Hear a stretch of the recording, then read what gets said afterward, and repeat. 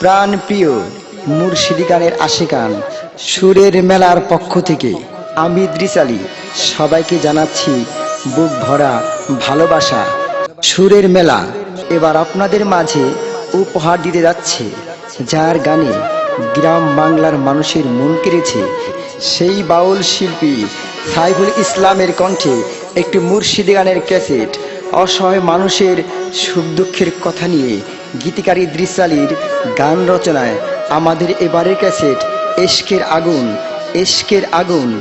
আমি আশা করছি গানগুলো সবার মনকে জয় করবে। তাহলে আর কথা নয়, আসুন সবাই মিলে উপভোগ করি সাইফুল ইসলামের কণ্ঠে ইশকের আগুন। ইশকের আগুন। ইশকের আগুন। ধন্যবাদ।